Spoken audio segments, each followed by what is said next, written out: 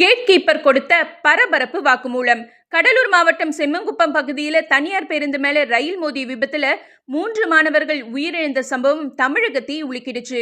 இதுல இன்னொரு பெரிய சோகம் என்னன்னா, உயிரிழந்த 2 பேரும் ஒரே குடும்பத்தை சேர்ந்த அக்கா தம்பி என்பதுதான்.